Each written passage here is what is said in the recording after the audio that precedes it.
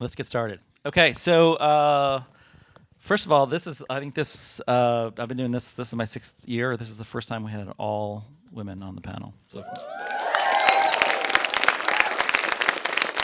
I think the response to that is you're 4 or 5 years too late, but that's okay. We're here now. So everybody's got a show. Everybody's got it going into a 2nd season of a show. And I think that, we're going to do this kind of free form. There'll be answers for questions at the end, but why don't you just, anybody can jump in at any time. Tell me a little bit about what it was like the first time and because everybody's had a little something with their show where it struggled in some way to get to the 2nd season. You know what I'm talking about, Gloria. But just tell me a little bit about when you first got the word that you were going to make it, and then how did your life change that way? Ours got canceled. Our show got canceled. Yes. We were on Lifetime for the first season of You in the United States. It was always a co-production with Netflix, so it was always a Netflix show internationally. But the plan was that it was a Lifetime show, and we got an early pickup for season 2, which largely had to do with qualifying for tax credits to shoot in the state of California. And then I went in and I made this big pitch to this huge room of Lifetime executives who were super supportive and awesome and amazing. And then we got canceled the next day. I'm only laughing because she lived to a much better life after that. There was a moment where I was like, okay, then I won't have a job to go to. It was a strange week. And, Warner Horizon, our studio, was very passionate. And Greg Berlanti, who is the, super producer, million-pound gorilla of the show, was very passionate about making a deal work at Netflix. And sitting tight for that week was very strange. But then we, premiered on Netflix, and Netflix claimed us as their own. They stepped in, they strapped on the cape and stepped in, and then the show did really well on Netflix. Well, really well among men for a show that premiered on Lifetime. And also, you just had the greatest understatement of all time when you said this show did really well. First of all, Netflix never talks about their shows, and they came out, and so Lifetime basically, let's just be honest, gave up on the show, even though they had bought a 2nd season. They're like, okay, no one's watching this. This is done. And Netflix just said, oh, actually, 40 million people are watching this. Holy smokes. So what did you think then? I mostly come from genre, meaning science fiction and fantasy, and have been very, very happily working for over a decade on shows that are mostly unknown outside of Comic-Con. And I say that with so much love because I'm doing exactly what I want to do, but I now kind of feel like a cultural anthropologist a little bit because I'm working on a show that has more mainstream reach. So it's a new one. I'll report back and let you guys know how it goes. And it's also, the idea of, first of all, Netflix doesn't talk about ratings. And then when they do, you have this great bump. And I think we're going to talk about sort of the whole universe of television, how weird it is now, how much it's changed in the last 4 or 5 years. But so I think it's probably a perfect time to jump to Gloria, where you were on Netflix. Also canceled. Right. But other way around. But also but it's this weird thing where you have insane amount of critical support, and you have an audience that's super diehard, and you get them. Everybody comes and supports it, and they still cancel it. And you've got a legend at the start of the show who's pitching for it. And you can't get this behemoth Netflix to change their ways. And then what happens? Then really, I think our fans. It was when Twitter worked. Our fans really came to our aid and were so loving, and it really, people took notice. And so a bunch of articles were written about our cancellation, and we trended worldwide for hours on internationally. And it was, the talks immediately began with a bunch of different places of who would pick up the show, which feels, shows are canceled every day that are really good. So to have anybody care is so nice. And so just that felt so nice. It was like, oh, well, we made this thing and we'd love to make more, but at least it meant something to some people.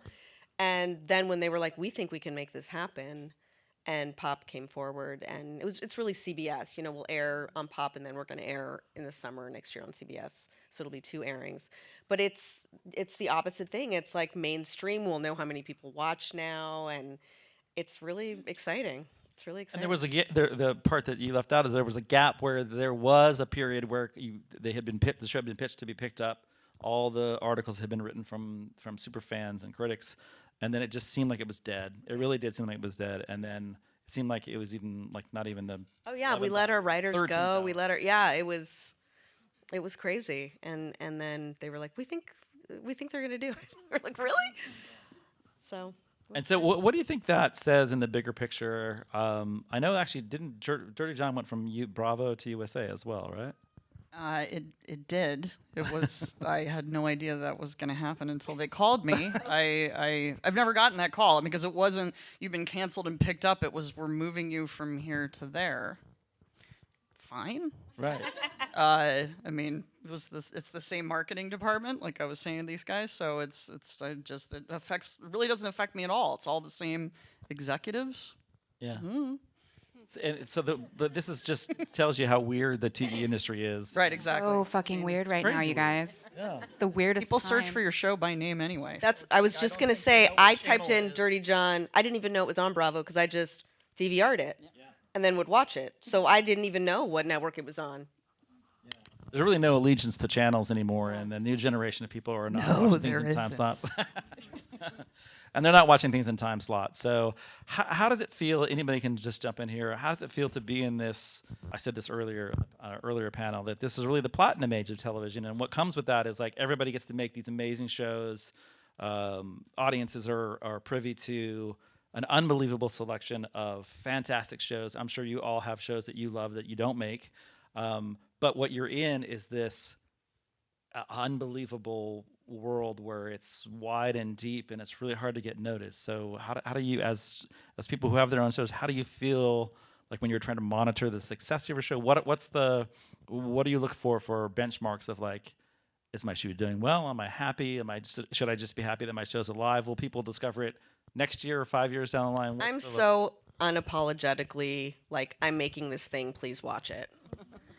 And it's interesting because it, for whatever reason, did work. I know that it can sound beggy, but like for me, I've been doing it for 12 years. I've been in other rooms. I've gotten to work in every genre. I've been really fortunate. This was it was also about my family, so it was really personal. And it was one of the only Latinx shows where we weren't stereotyped. So it was like, I can't go down without a fight. I can't. So I'm just going to tell them like, hey guys, if you want more, like, please. And I really was like, I'll beg. I love making it. I get to hang out with Rita Moreno. Are you kidding?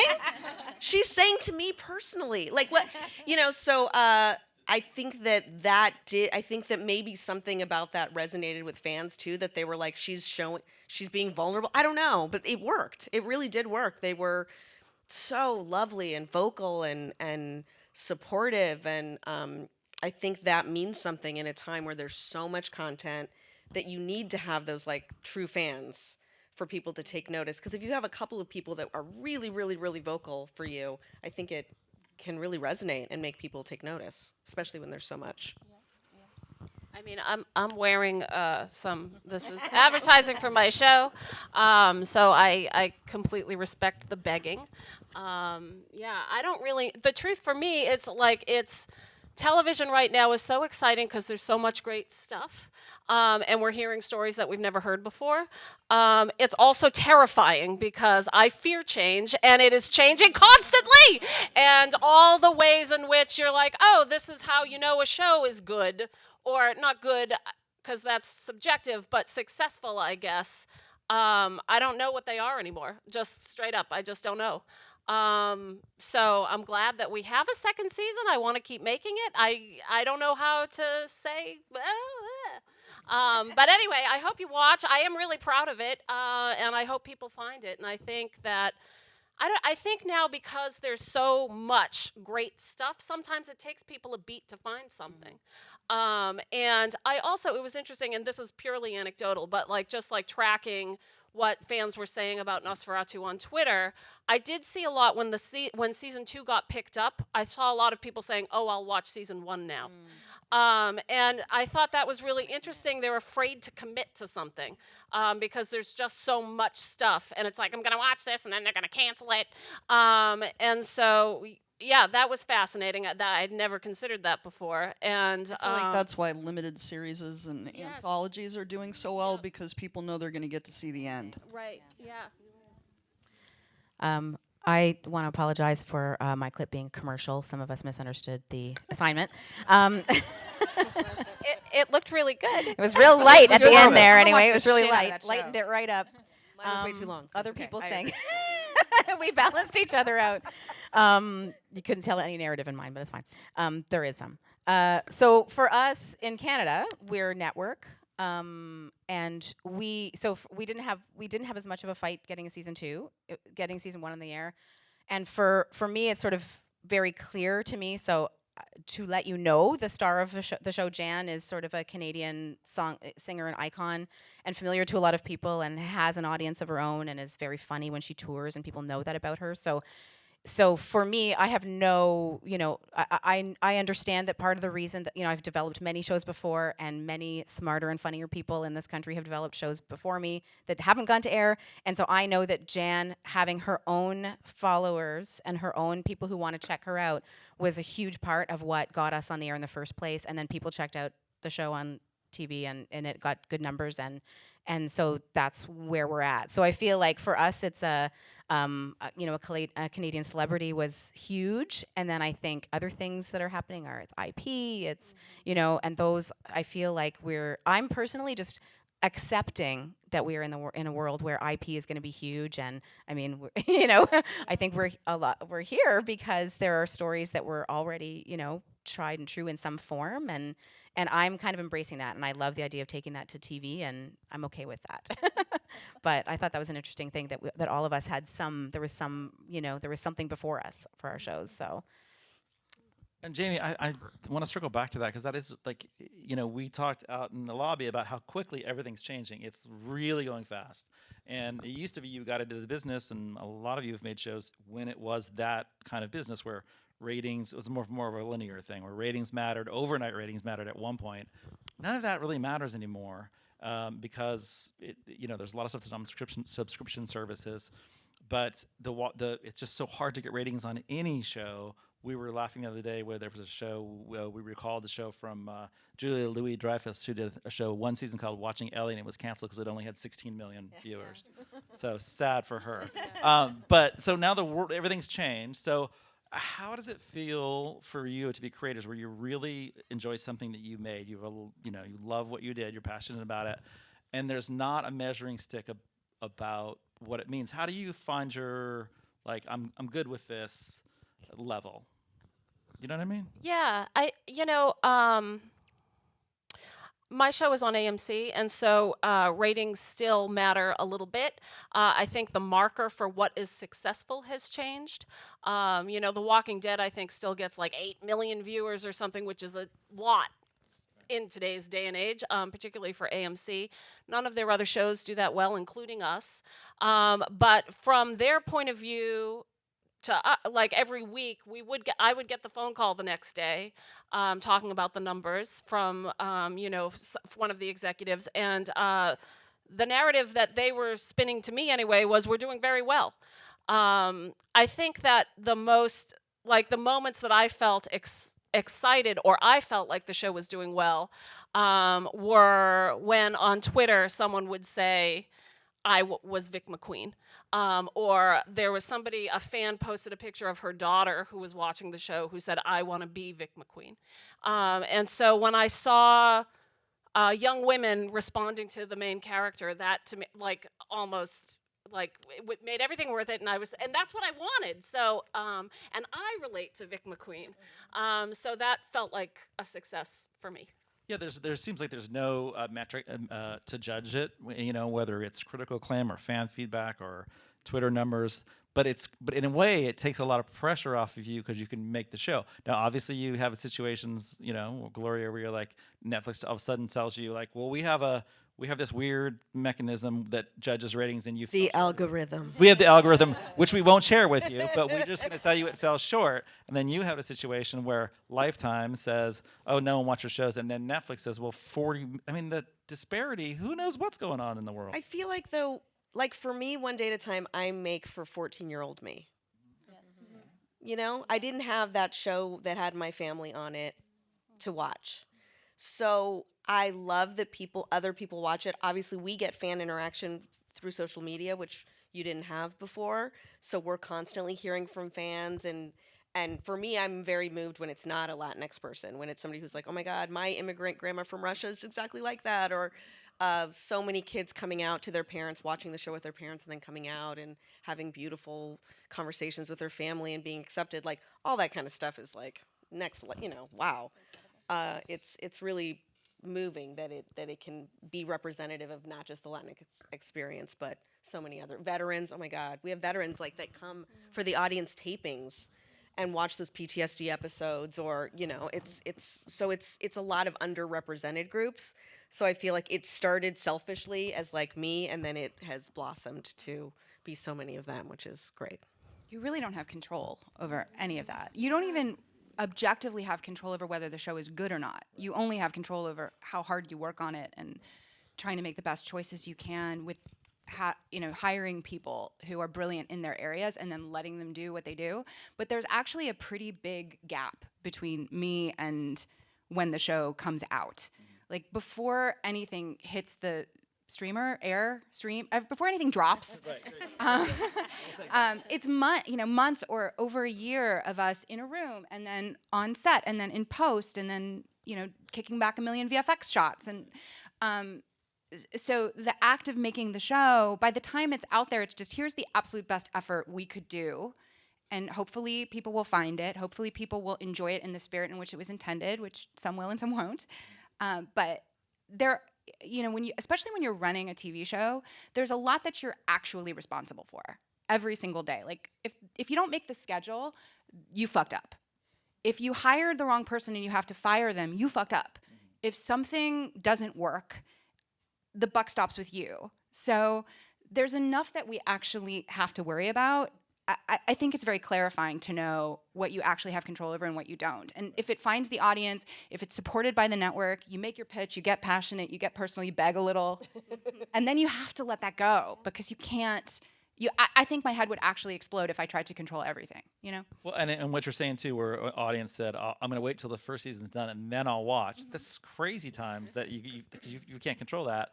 The beauty is everybody here has got a second chance, or even a third chance to make another season, or fourth, right? So, I guess I want to circle back a little bit to the sort of the dreams. A lot of people here are just trying to, make their own show, either be a director or a writer. When was your breakthrough, and how long did it take you? This is a little bit of an industry question. How long did it take you to get to the point where you were because everybody here is powerful. Everybody's a showrunner. So how long did it take that to happen? Long time. A long time is the a long consensus. time. I think this is another thing that's changing. When I first broke into television, I was a second assistant for a literary manager, and then I was a writer's assistant on a CBS procedural called Close to Home. I was a writer's assistant again on another show called Terminator: The Sarah Connor Chronicles, and then I finally was a staff writer on a show called Lie to Me, and I clawed my way up the ladder, and spent a lot of time in writers' rooms, worked my way up as an assistant, which folks still do, but I feel like less. A lot of the folks that I've hired in my own writers' room are playwrights who have never worked in TV before. They're phenomenal writers, but it's just kind of a different pathway, and I feel like kind of anything goes. It's not the same as it was even 5 years ago, I feel like. Lots of people write an independent movie and then they're running a show. Are they? Less Sorry. words. I mean, We had wine, you guys. It's about to get real. I'm halfway through. Sarah's almost done. It's going to get real good in 5 minutes. So how? What's the question? Well, how long did it take? How long did it take It took to me a long time, Yeah. but I think that We it have takes. 5 female powerful showrunners, and is that? Let's just say, I'll just make it basic. Are we seeing this as a more common phenomenon, or was this kind of a rarity here? Our gender, you mean? Yes. I feel like I'm seeing it a lot now. I mean, I don't know if anybody was How at the many round table. this It's morning, somewhere but- between 25 and 30%. Maybe? Is it? The last one I saw, it's still like maybe a quarter. It's still not great. I've seen, and like 93% white. I've Yeah, seen. yeah. Oh yeah. Yeah. There's 3 Latinas in all of Hollywood that run shows. That's true. Wow. That's Yeah. wrong. Given that Yeah. there was, I think, 478 scripted shows last year, that's a low number. Just in terms of Jamie's talking about coming up as an assistant, I kind of came in as an intern in a show, and then got really lucky and got to sort of stay and Worked really hard. worked really hard. I did work really hard. Uh-huh. I Wasn't did earn lucky. it. Thanks, Gloria.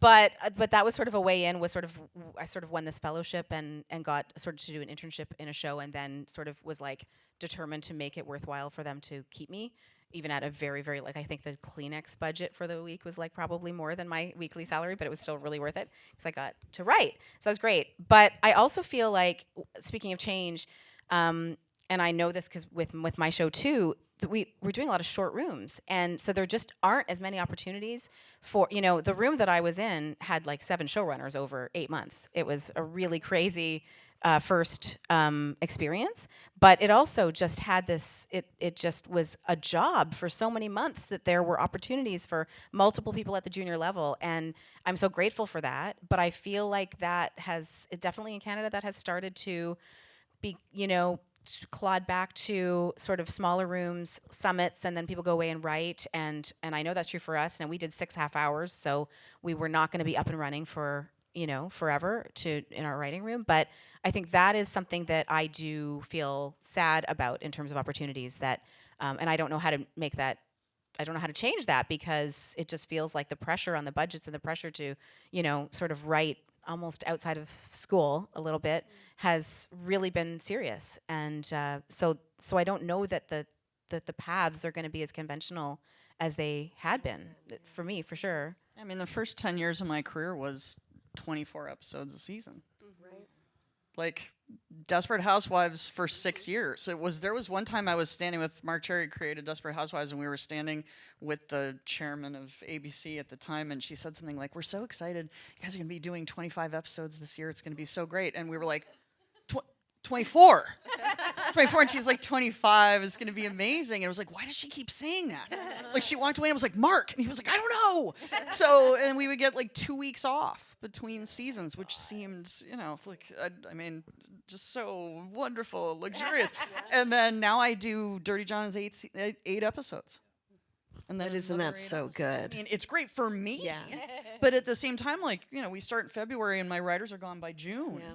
And if I start again, I don't know if they're available because hopefully they got other jobs. But it's just like, even before this, the nature of the business was such as you work with somebody. Like if I worked with Gloria on a show and I love Gloria and we love working together, the odds are we're never going to see each other again.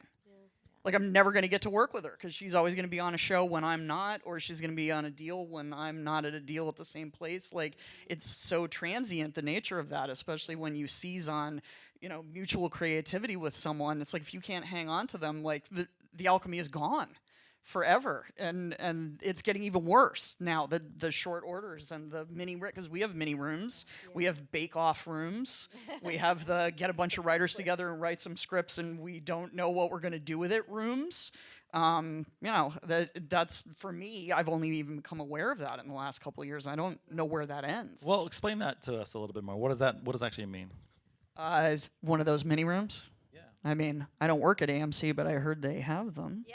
Yep. Nosferatu was developed by a mini room. Yeah, so she can speak to it. 'Cause I've never been in one. Yeah, in the olden days, someone would write a pilot, and then someone would hopefully make that pilot, and then they'd be like, "Oh, this pilot's pretty good," or "We don't know if we want to make this pilot," and they would decide based on the pilot whether or not to pick up the show. And now more and more, and I have encountered it in other places too. HBO does it, Stars does it.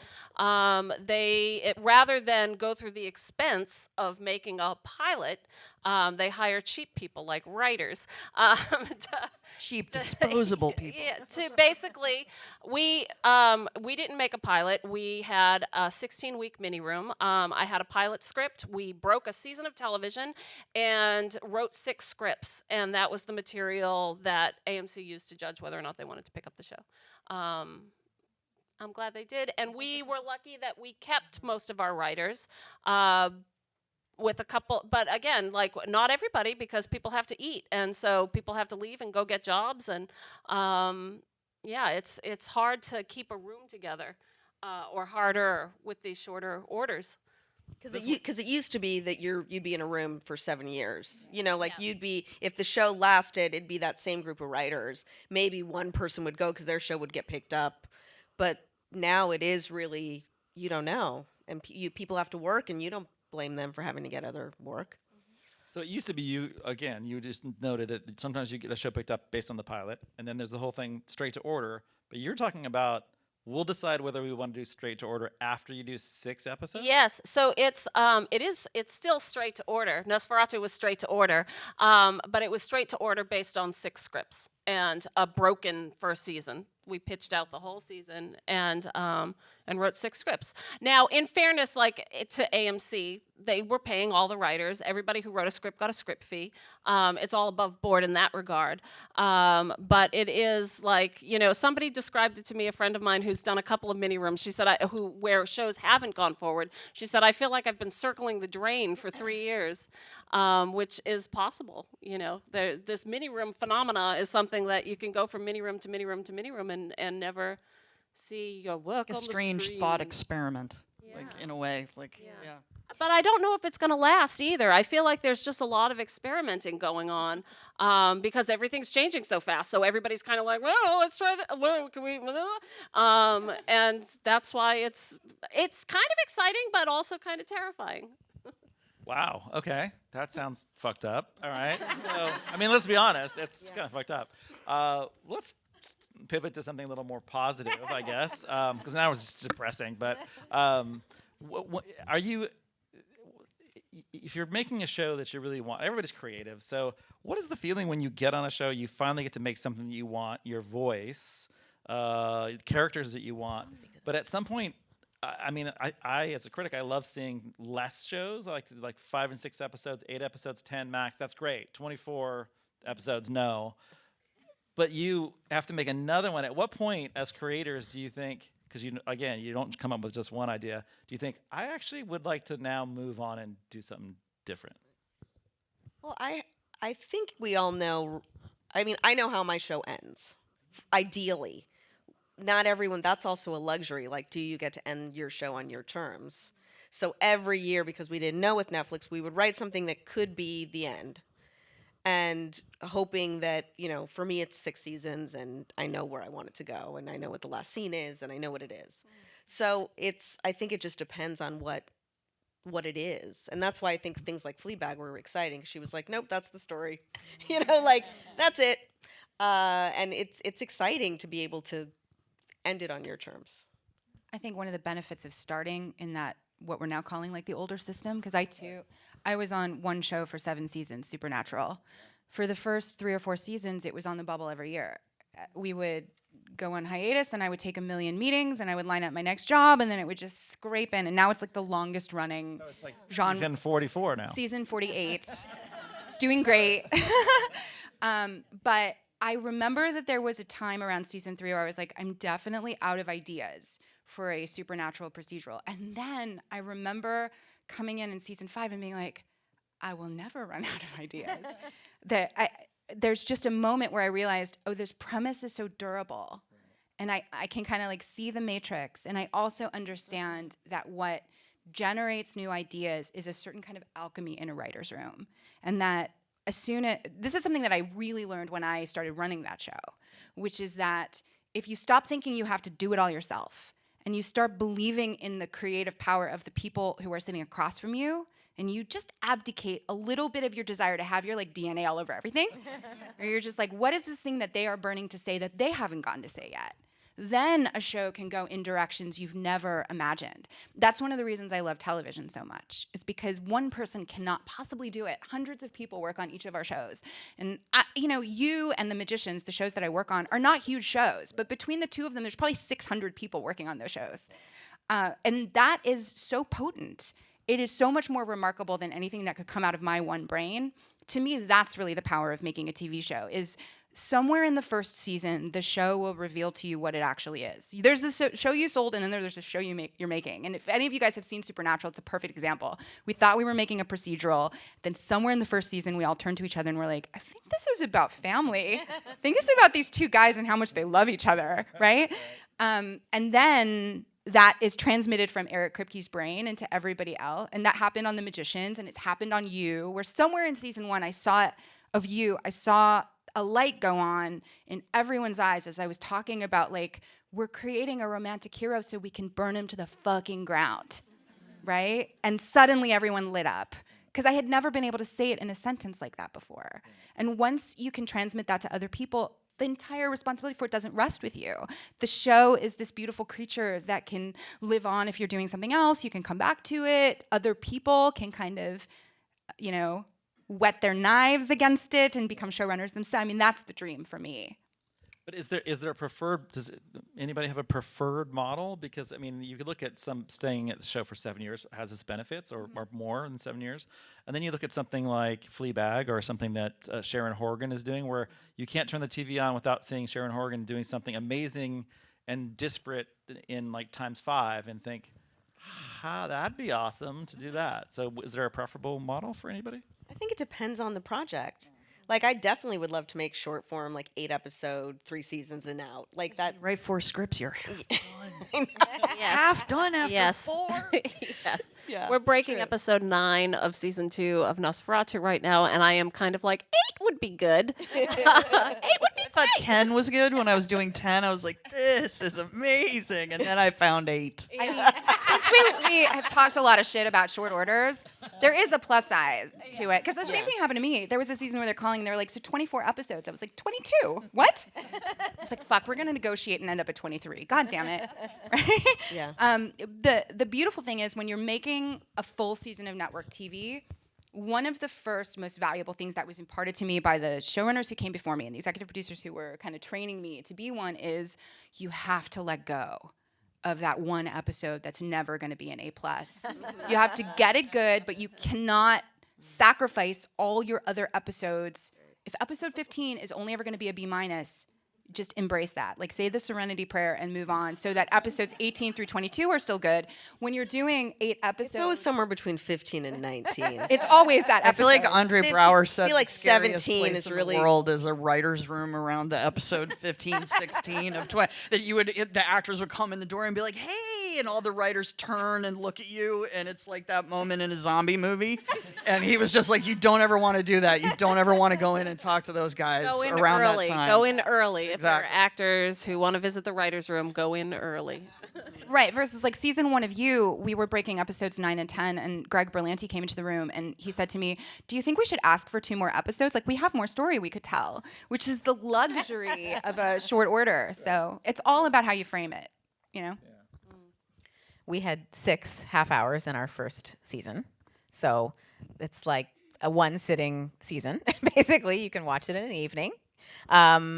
So it's a huge production for a fairly short number. We were, for Jann, we were definitely like, we want to do more. It was great to do comedy that was quite serialized. You know, we have that. I love that that contemporary feel, like the Fleabag feel, the Veep feel, where it's like you've got like there's a unity to the season, but we were still like 6 half hours. That's so short.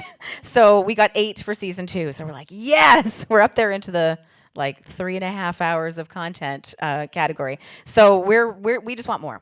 We're still like early and just feeling like it was a short season. It was really great though for all the reasons we're talking about. Like creatively, it was fantastic. And we block shoot the whole season. So it's hard on the writers up front, but then I get to be on set all day, every day, except for today. I'm playing hooky, so I should be there. But it's really great because we can be working with the director and just part of the whole creative process the whole way through.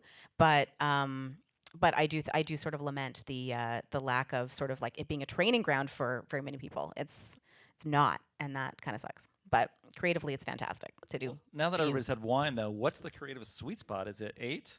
Is it 10? Well, I saw a thing on Hulu that was 4 episodes, which is my next goal. That's good to have goals.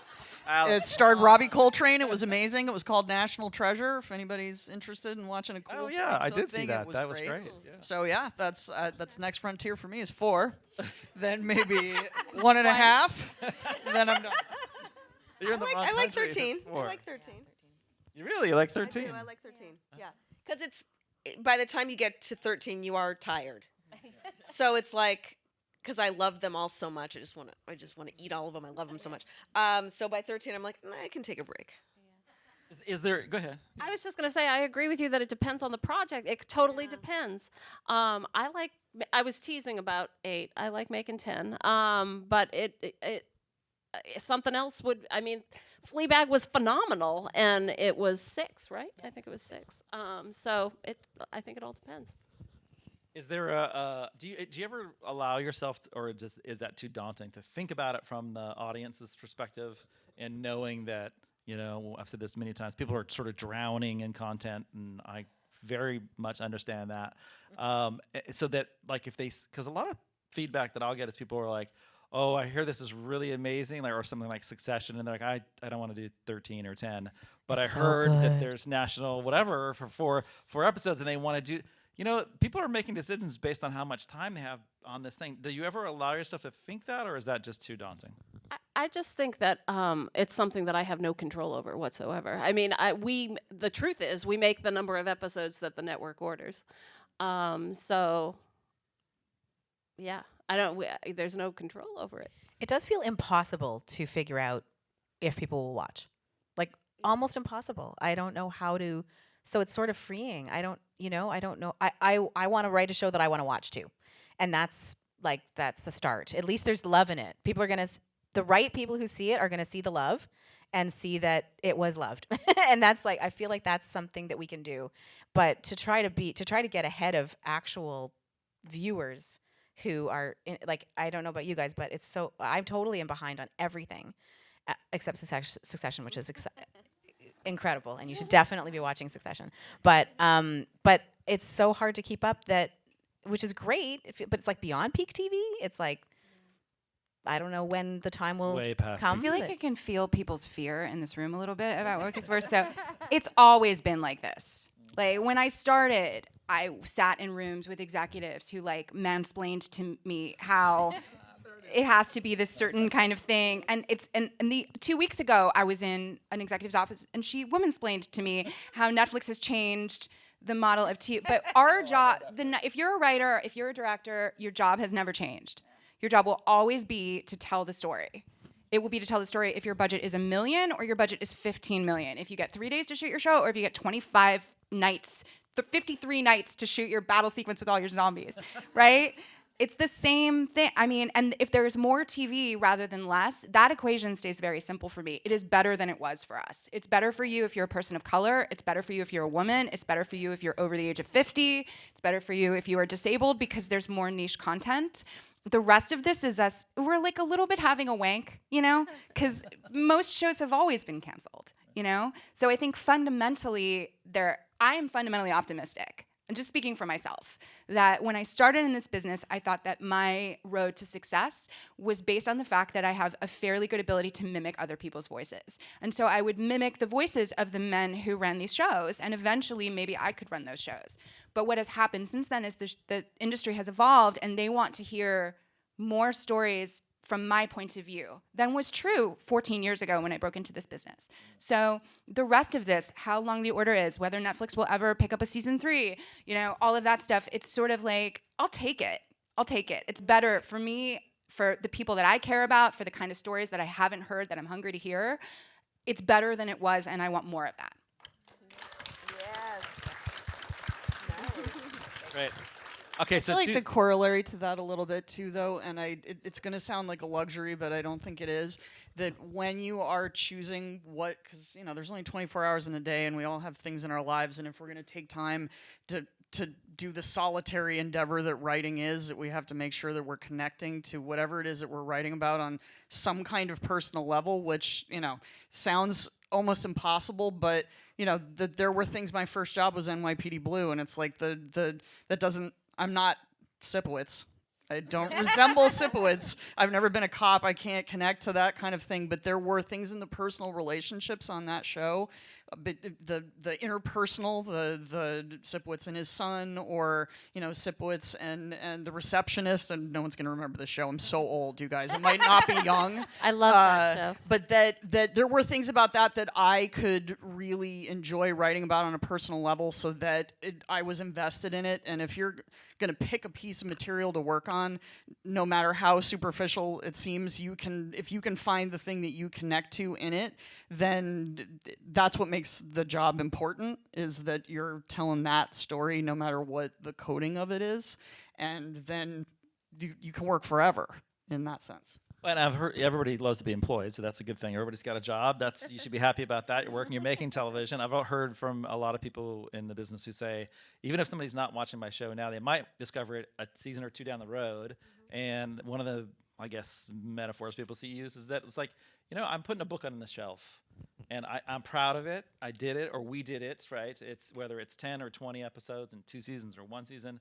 Someone will find it down the road, and I can always point to that and say, someone's going to stream it in some catalog down the road that, like, I made that, and I loved it, and that was great. So that's good. But having said that, is there anything right now, like a passion project, that you want to make that you haven't made yet? And if it is, let's hear it. I'm not going to tell you that. No, just like vaguely. Just crazy? vaguely. Pay us, Tim. 3 of Nosferatu. Alex and I were in a room once 4 years ago, was it now? Aquarius? Yes. We worked on the show Aquarius together, and we're friends, and we develop shows together with other people, but we haven't been in a room. So every time we go to coffee, we pitch this horror movie to each other that we're going to write as soon as we have 4 days. I'm not going to pitch it to you, though. I'm just going to say. She's saying it in public. Now it's real, you guys. Now we have to write the horror movie. Yeah. I want to see that. Horror movie. Okay, that's good. So it's vague enough that. We're also going to flip a coin to see who directs it, right?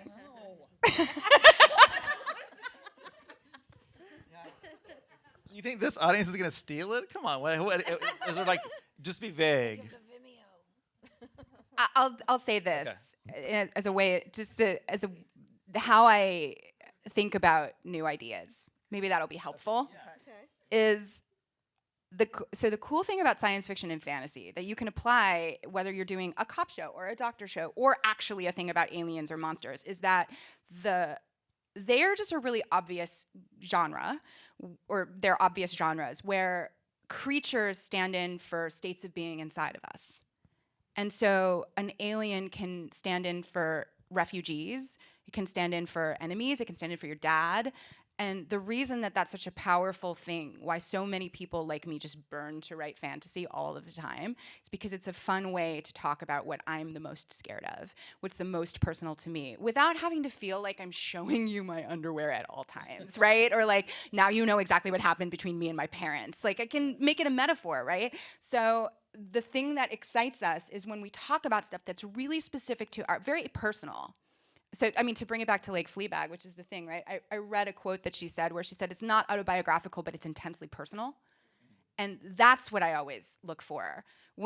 Especially when you're in a fortunate position to be a producer as well as a writer. And you know that when you're signing up to do a show, you're not just signing up to write a couple scripts at a coffee house. You're signing up to be there 10 to 14 hours a day to oversee a lot of things.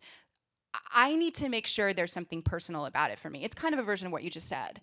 Right? You found the personal in NYPD Blue, and that's how you could show up for it. Right. So whenever we're pitching ideas to each other, I might give you like 2 sentences of, okay, so the thing is the alien looks like this, and like it's about colonizing that, but 2 or 3 sentences in, I'll start to tell you about like my immigrant family, and this crazy thing that happened with my ex-boyfriend, and because that's why I want to write it. Right. So, was that vague yet? No, that was good. No, I don't know. Yeah.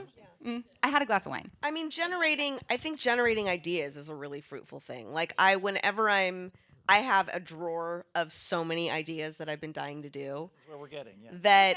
That I can't wait to like sink my teeth into, and also I can't wait to look at and go, oh, what was I thinking? Like you get to go through that. And I think it's also styles of show. Like now that I've successfully done a multicam, which I love multicams. Like they're not cool, they are not sexy. So for me, knowing that, it's like, how can I try to make this thing good? how can I take this format that has shifted over time, that used to be something that was respected, and then sort of became like, and canned laughter. There's audience people. We don't do canned laughter. But how can I make it a play? What I loved about it, which was it was a play that was shot in front of an audience, and I just got to watch it from the comfort of my home. But it's a theater experience.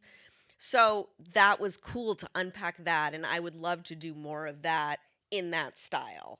That's not joke, but like really about situations and the comedic things that come out of an episode of PTSD where she's talking about suicide that can be a funny conversation between two friends. And then I also think about other formats. Like I would love to try to do a genre show. It'd be so cool to try to do a genre show. It'd be so cool to do a single camera, short form comedy. So I think about like style, and then I think about how does it apply to the conversations I want to be having. What are stories that happen between my husband and I that I haven't seen on television? Stories that happen between friends of mine that I haven't seen on television, and what's the genre that would work to, this form that would work to get that out there? Okay, so I'm going to put you on the spot. I'm going to start at the end. Jennica, tell me, like, what's a show that's on the air now or recently? As long as we can remember it, that you wish you had made. That I wish I'd made. Yeah. Like you look at I'm a it- first-time showrunner, so I mean, I know, but you I'm look just at happy it- to be here. Yeah. Also, you're totally repping Canada. So I know. Yeah. Anyway, okay, let's see. So I work in both comedy and drama, and I love both. And here you can definitely do that, and so I'm very grateful for that. So, in terms of shows I wish I'd made, so obviously Fleabag is so obvious. It's just whatever. It's just doesn't need to be said. Fleabag is actually so good that I don't feel jealous. I'm only inspired because I'm like, I don't even know how she did it, but it's so good. And then one that always comes up for me, I think about it every day, is The Leftovers, which is I think the ones that stick in my brain are often the ones that there's something so mysterious about how it worked, and I would have loved to have been in part of the conversation.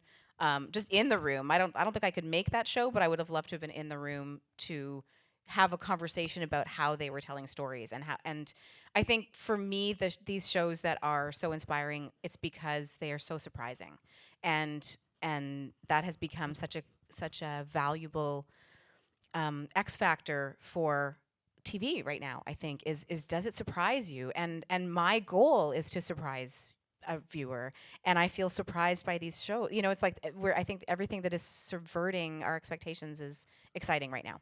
And so I love talking about it's never been more exciting because there's so much niche content, and there's sort of something for everybody.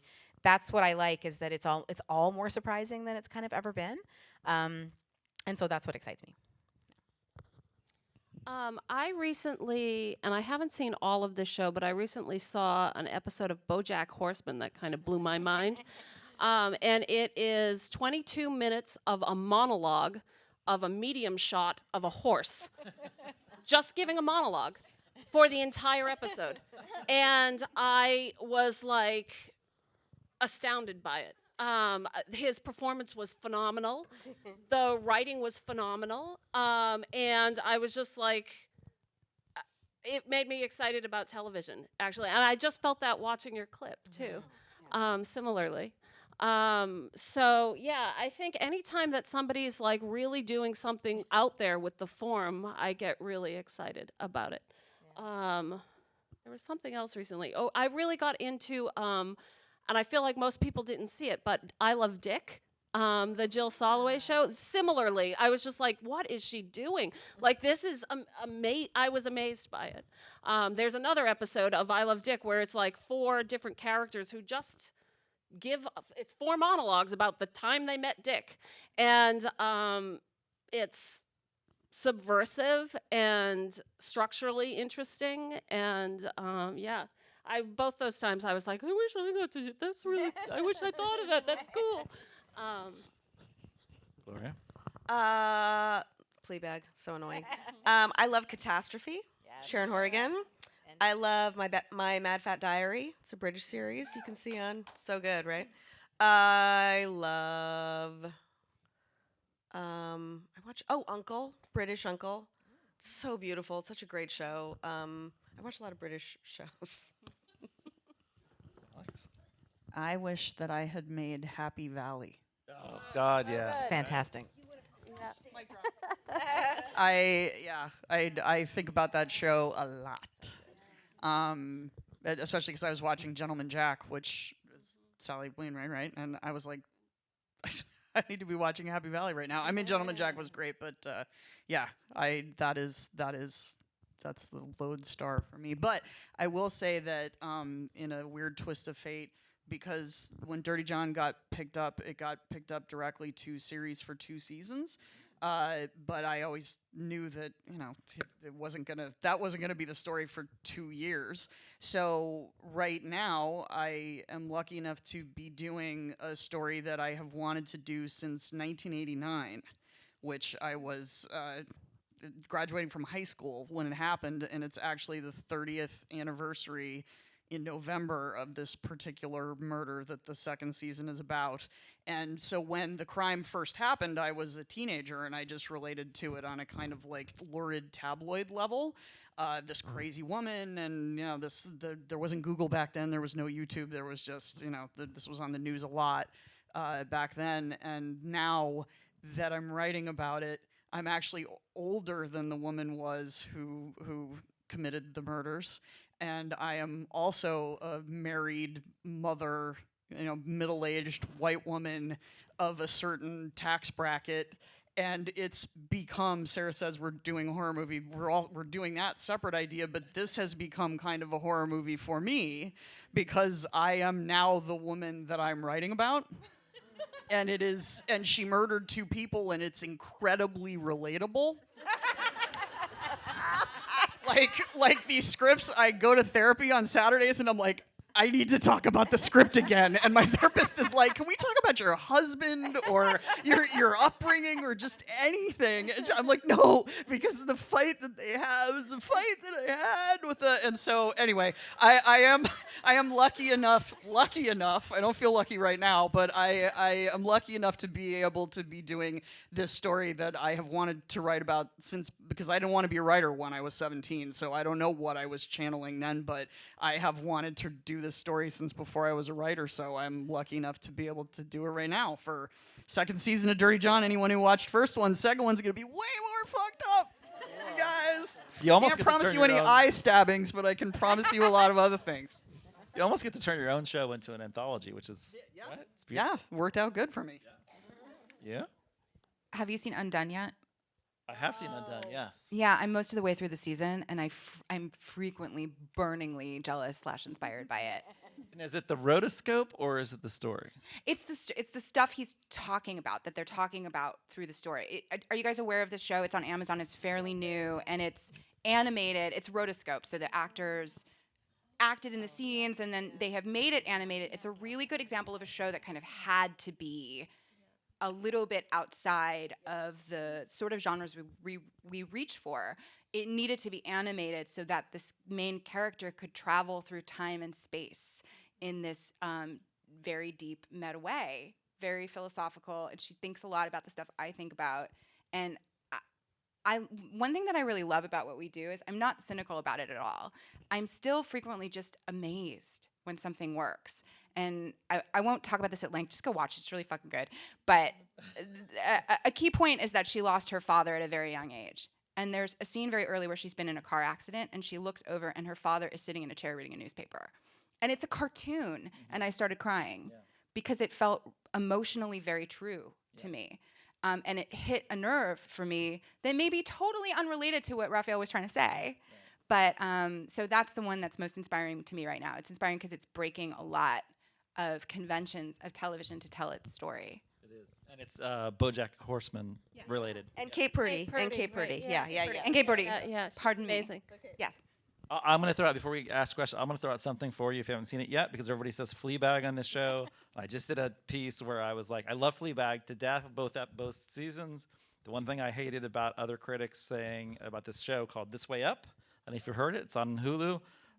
It's Aisling B, who's an Irish actress, and it got lumped into this thing where they said, oh, it's if you're missing Fleabag, then this'll can fill the void, but it's not, it's not as good. But it's like, okay, what is, for starters? And only 4 critics in the entire country in Canada reviewed the show, and it's fucking great. And if you like Fleabag and you want to find somebody who's super talented, and Sharon Horgan's in it again, he's in everything. It's her company. This woman wrote every episode of this show. She stars in it and wrote it, and it's a magnificent thing. And like 4 people wrote about it. It's kind of the tragedy of the Platinum Age that we're in. But again, people will find it. You'll watch it. These people will watch it. They'll watch your shows. Everybody will get seen at some point. Just maybe not right away. So we have time now to run some mics out, and so people will put your hands up, and people will come in down on both sides. So there's a woman here in the middle, and then we'll come down here. Yeah.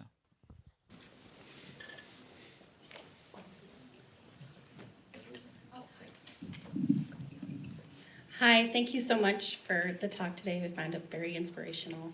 My name is Joy Haskell. I'm an Indigenous female filmmaker, and I just recently did my proof of concept pilot called Hey Cousin, and I'm just really proud to say that I had mostly women. I had 2 producers who were women, Marcy Waddell and Jude McGinnis, and a lot of my crew was women, so I'm just so inspired by you guys today.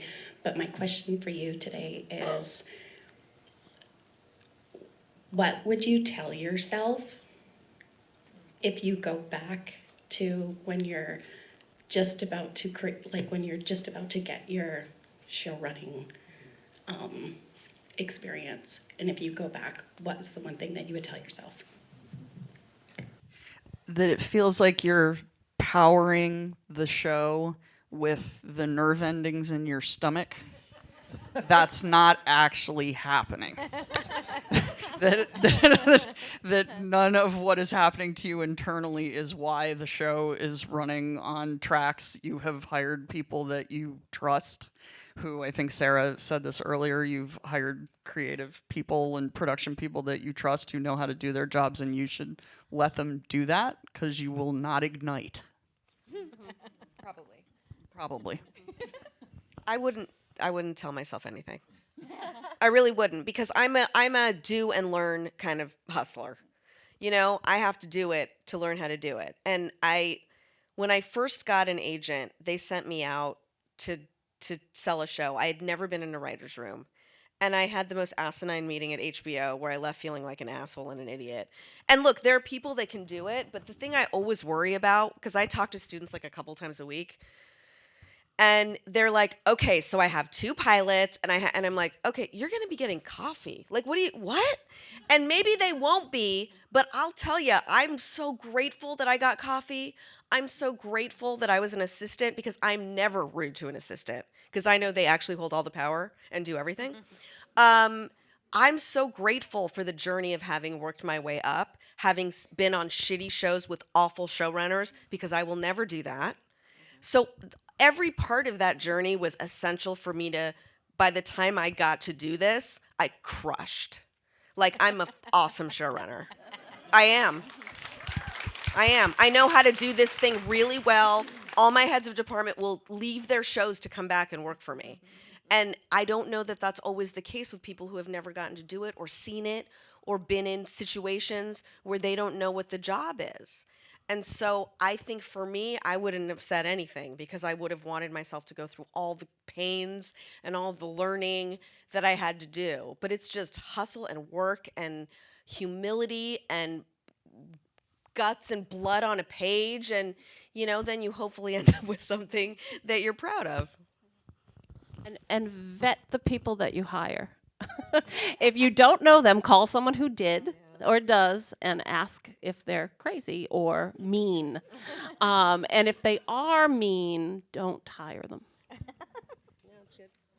Hi, Joy, for one thing.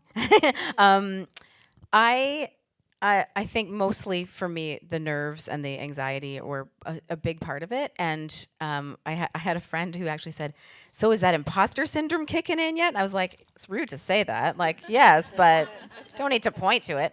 But I feel like this is not that long ago, you know, this before show running, it's just last year. But it was still, I think I still am trying to keep in mind some of the things that the things I did tell myself were what I think made it happen and made it work. And they were actually some things that I did learn from watching my showrunners and learning from them. And I tried to sort of log, like, along the way, you log the people that you're like, I don't want to do it like that. I do want to do it like that. And one of my mentors is one of Gloria's writers on One Day at a Time, Dan Signer. And what I watched him do was, there would be fires and things would be happening and people would be coming to him, and he never would try to sort of shame somebody because they made a mistake or something like that. You could tell in his face, it was sort of like, okay, what is the problem at this moment and what's going to be the solution? That's all it is. And that was so inspiring to me that I just that's always stayed in my mind. So I have a lot of things like I'm trying to make sure it's, it's like, am I doing everything that I'm supposed to be doing and that kind of thing? And then I'm just like, okay, settle down. And like, I just have to remind myself, is there a problem? What's the solution? If there's no problems right now, what's your job? It's to keep this moving forward. It's to keep this moving forward. And just try to self-talk that way. and just try to say, you're just trying to make a show and it's not about, I don't know, you. It's not about me. It's not. Like, it's really just about the best thing to try to make that show happen. And that's sort of what I felt like I learned along the way was, yes, my voice is important and that kind of thing, but it's not the only thing. And it's a team and trying to make sure you model just how that team's going to work. And then all the way down, hopefully it works in that collaborative way and not, not accusatory and all that bullshit. Who needs it? It's like, there's no time. You just need to solve problems. So, yeah. I would not have listened to my advice. The thing that I started to understand I needed to do was sleep, actually. The thing about having like a grown-up job is that something will always remain undone. And when I first became a showrunner, I thought that the goal was to finish everything, like actually get all of the items checked out. It's not possible. I had so much to prove. You're not going to do this. If you're going to be a first-time showrunner, you're probably going to need sleeping pills or a little CBD. CBD will probably be healthier. Now I really am like, I'm going to be in bed for 8 hours tonight, and the rest is going to have to wait because the show won't be helped if I die. And we don't, cure cancer. We don't rescue shelter dogs. We make TV, but I've seen it really hurt people's health working in the entertainment business because it will expand to fill every corner of your life if you let it. And the pressure is high because the money is high. You're talking about $50 to $100 million. People give a shit about that kind of money. The person that's going to protect you, your health, your well-being, your relationship, your child is you.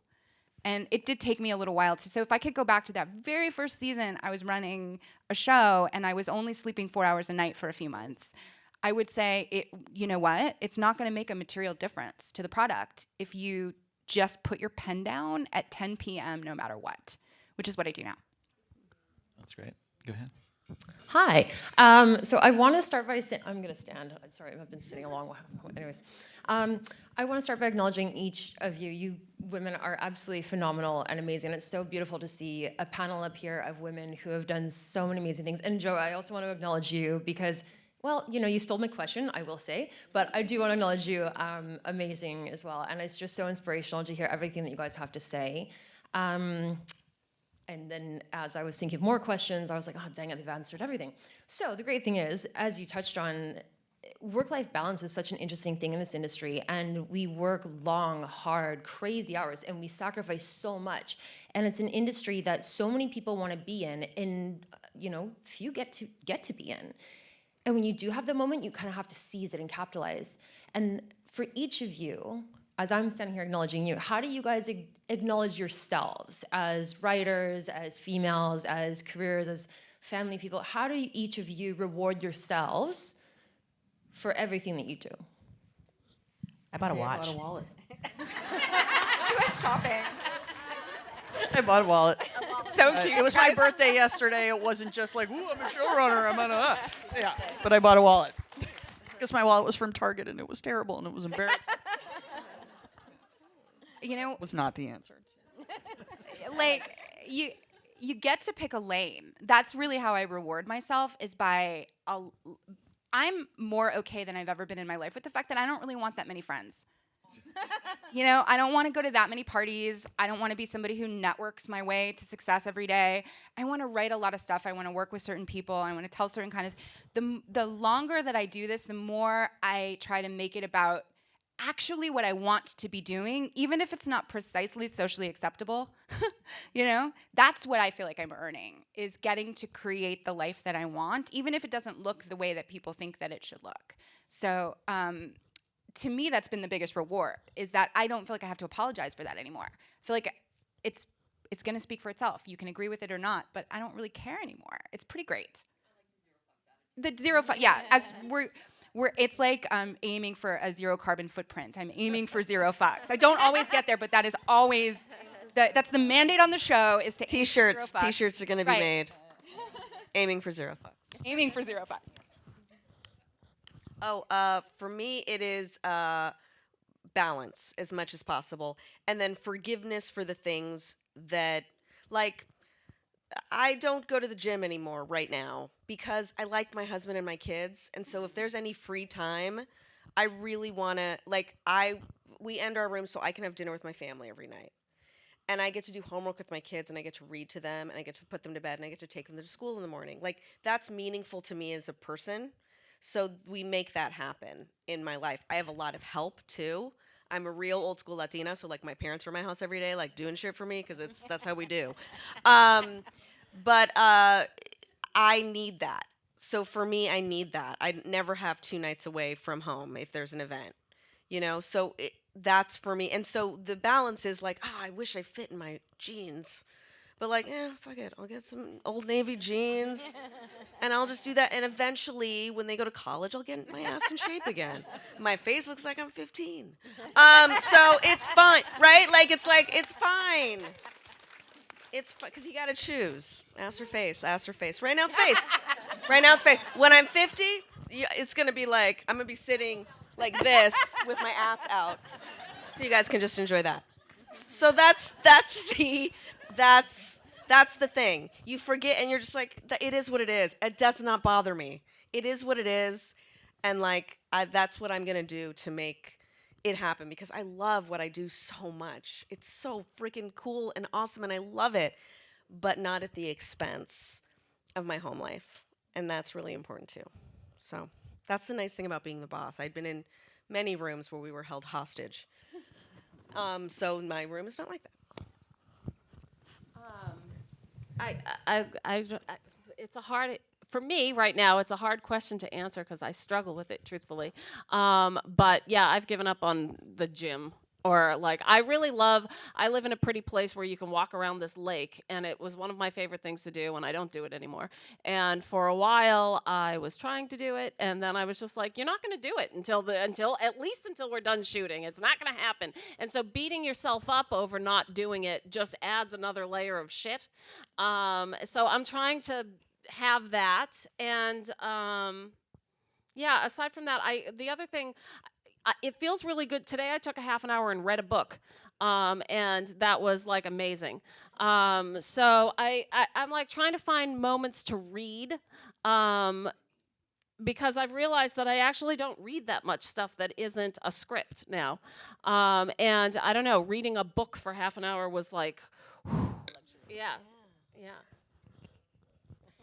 It just was so relaxing, and so it engages your mind in a different way that doesn't feel like work, and is I don't know, it's awesome. It fills the well too when you do that kind of thing. Yeah, read, folks. I mean, I struggle with it too. First of all, I appreciate you asking your question the way you asked it, and not, how do women have children and also have these big jobs? Because that's more traditional way to on a panel like this. So. But so I have a young kid, and right now my show is shooting in a city I don't live in, and so it's hard.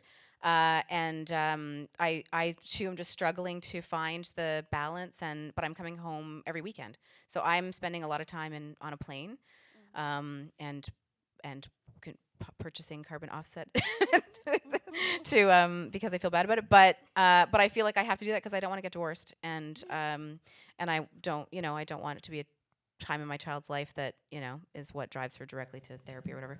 So I mean, I'll drive her to therapy, but I want it to be about a mix of stuff, not just me.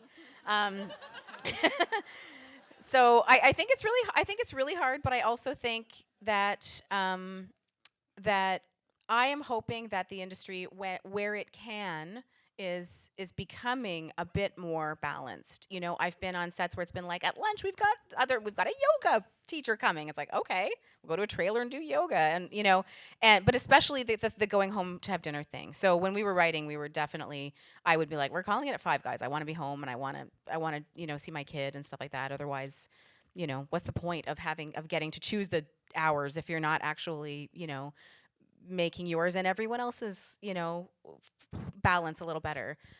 Production's hard, and you know, I like to be on set, and you know, I'm gonna miss trick-or-treating this year, and I realize that's really sucky. And then I realize, but there's like 100 other people here who are gonna definitely be missing trick-or-treating with their kids.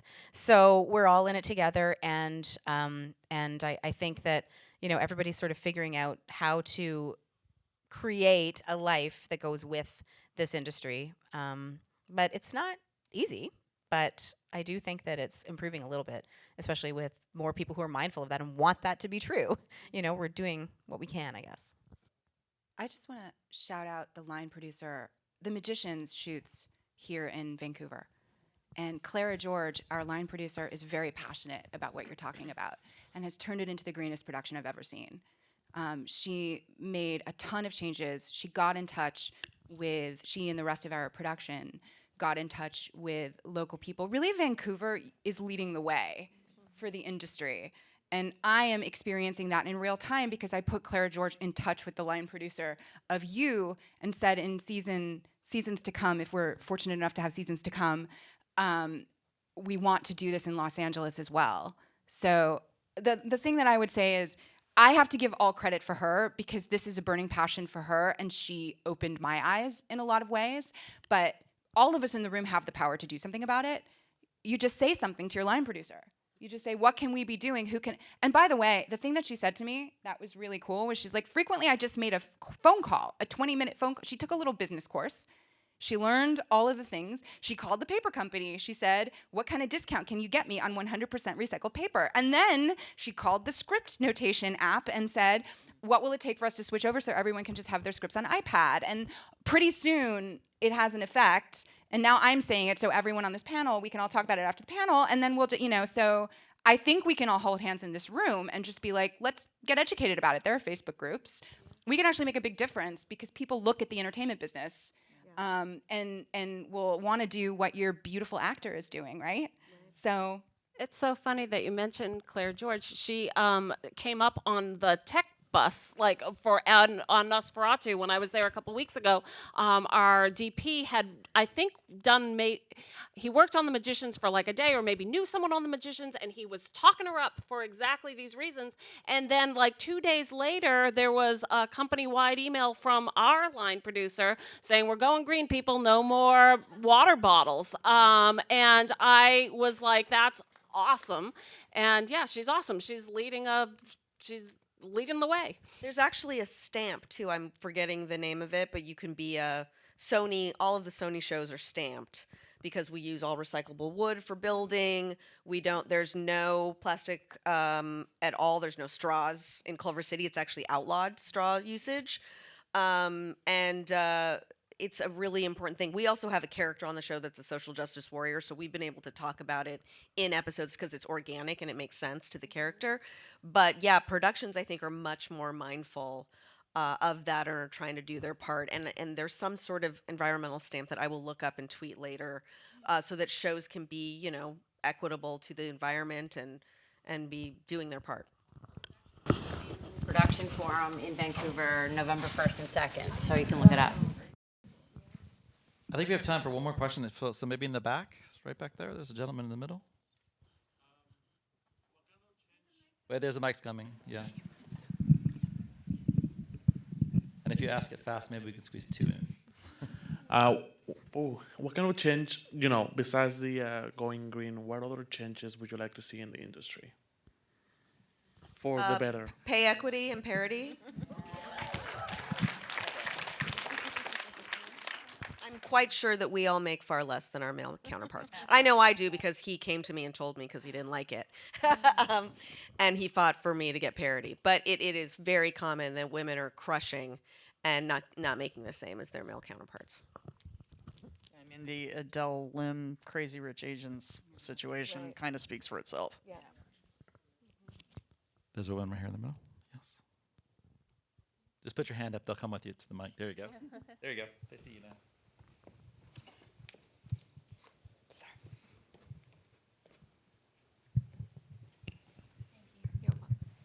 Okay, first of all, I just want to say congratulations to you all. You're such amazing powerhouses, and you seem very humble and grateful for all the opportunities that have been presented towards you.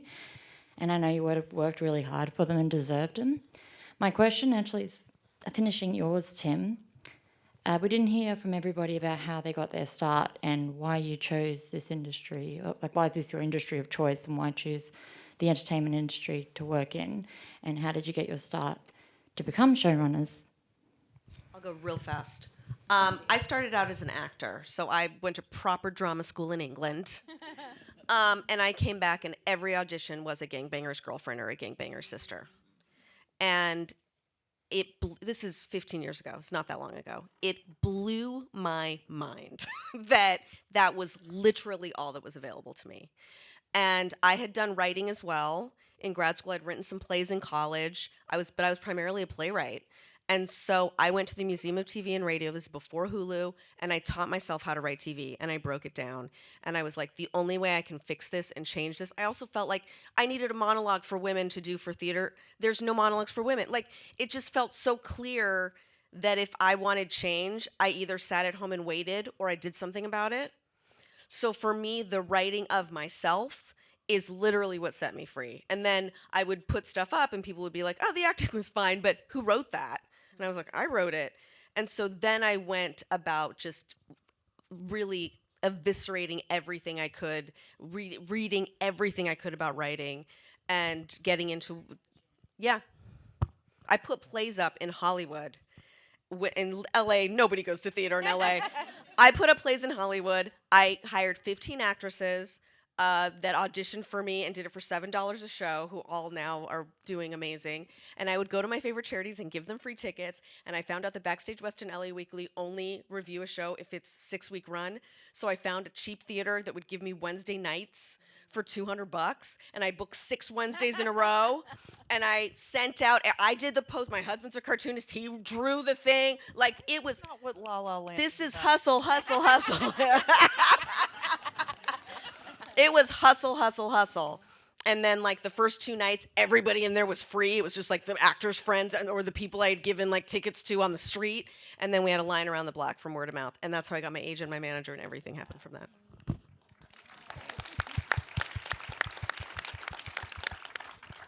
You guys are 5 powerhouses. We got another couple minutes. You can finish it. They're not going to chase us out. If you want to add to it. I went on reality TV. I did, yeah. I was an actor too. Actually, our stories are a little bit similar that way, where it was just like, well, I guess I'm going to have to write this monologue because that one does not exist, where she's not crying about her man. Yes. Yeah. I was given the advice by a screenwriter that I met in a bar that you just want to do something that will encourage people to open the script. Once they open the script, if they read it and it's good, then they'll want to meet with you. One thing you can do is to start entering your stuff into competitions. So that was my route. I had a writing partner at the time, and we wrote a bunch of scripts and we put them in all of the competitions that seemed reputable. Project Greenlight was one of them. And I would have done anything though. I would have been on reality. I would have signed up to live in a house with 7 screenwriters, which would be boring and embarrassing, but did we just pitch a show to And he just sold it to Quibi. All either crying or all the doors are closed. Like, how is that a good show? What are they doing? Like, I don't. Your house. any of them banging in the show? Yeah, probably. Being very passive aggressive about it. Oh, you know what? I do want to give a plug. So I partnered with Beto Like, which is part of BuzzFeed, and I did a 15-episode free television writing How to Make It in Hollywood series that is available on YouTube. So check it out. If you type in like my name, well, Yeah, type in my name, and there's 15 of them. And I go talk about agents, I talk about managers, I talk about breaking story. Mike Royce and I break down the entire One Day at a Time pilot. That's a 30-minute episode. So for what it's worth, it's there. Oh, I thought I was going to be a doctor. That worked out real good. I forgive the people from the round table this morning. I've already heard the story, but if anyone's here, that I went to Johns Hopkins where real doctors go. So I was like, so what am I going to do now? And I wrote a short story to get into a class, and the professor, who's very famous, so I'm not going to say who it was like, don't do this. Do not ever do this. And I was like, oh, okay. And then I think he felt bad, and he said, your dialogue is okay. You could write a play or something. There's no playwriting classes here. Get out of my office, essentially. So I went, oh, he said I could write a play. And I was bartending in Fells Point in Baltimore, and so I wrote a play about a 21-year-old woman who was bartending in a bar in Fells Point in Baltimore. And at the end of the play, I killed myself in a cocaine-fueled car wreck. Because I assume you can do anything on stage, because I don't know anything about the theater at all. I played sports in high school, and so I had never even been to a high school play. And then I got into a master's program where my mentor was Laura Linney's dad, Romulus Linney, who was an amazing Southern Gothic playwright, former alcoholic, epic figure. But then I was a playwright, right? And I can't make any money as a playwright. And then I was a casting associate for a while, which is why casting is my favorite part of my job, honestly, better than writing. And who wants to do that? But then I went to another playwriting fellowship, and an agent came to that and said, do you want to write television? And I had not actually thought about that until when I was in this master's program. One of the professors there was friends with Tom Fontana. I'm sorry, this is a very long-winded story, but she was friends with Tom Fontana. That's good. Keep going. It's epic. She was friends with Tom Fontana, and he invited us to come to his office at Chelsea Piers, and he was making maybe the tail end of Homicide: Life on the Street at the time, and he there were only two of us who were excited about this, which is amazing in retrospect. There was an episode of Homicide: Life on the Street called Doll's Eyes that was written by James Yashimura, who was an amazing playwright, and Tom gave us all of the scripts from the first draft to the shot draft. And he gave us a DVD of the episode, and he didn't have to do any of this. He did this as a favor to Evangeline. I still kind of can't believe it. I would never do this. He's a super nice guy. I'm a dick. I would just be like, here's a script. And he gave us all those scripts, and he said, if you watch the episode and see where it began and evaluate all the changes from all the colored pages, which I didn't understand that at all, and you'll see what ended up on television, and it unlocked something. I mean, I was always a fan of television, but that show in particular was something very special for me. And the fact that he took that show and cracked it open for me that way was something that kind of sat inside me. And then when I finally got my agent, he said, do you want to go out to Los Angeles and have television meetings? I was like, I think I do. And because I am the oldest person here, this was when playwrights were not doing television, because I got made fun of a lot. Like, people would come out here to do things at South Coast Rep or whatever, and they would be like, we joke about you. You went to the dark side. Was something someone said to me, and I was like, I just want to pay my bills. But now everybody does it, which is great. It's a fantastic mode of storytelling, but that's kind of how it started for me, so I guess I can thank Tom Fontana and Laura Linney's dad.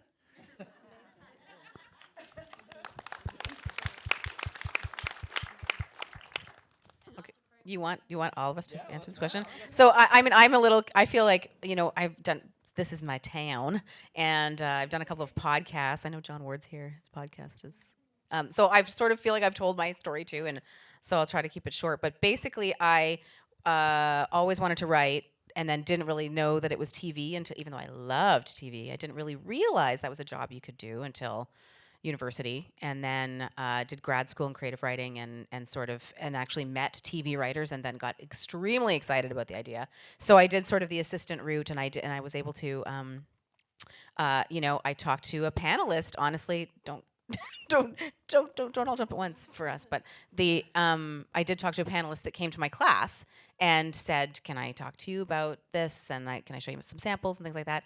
And that resulted in an assistant job that kind of then.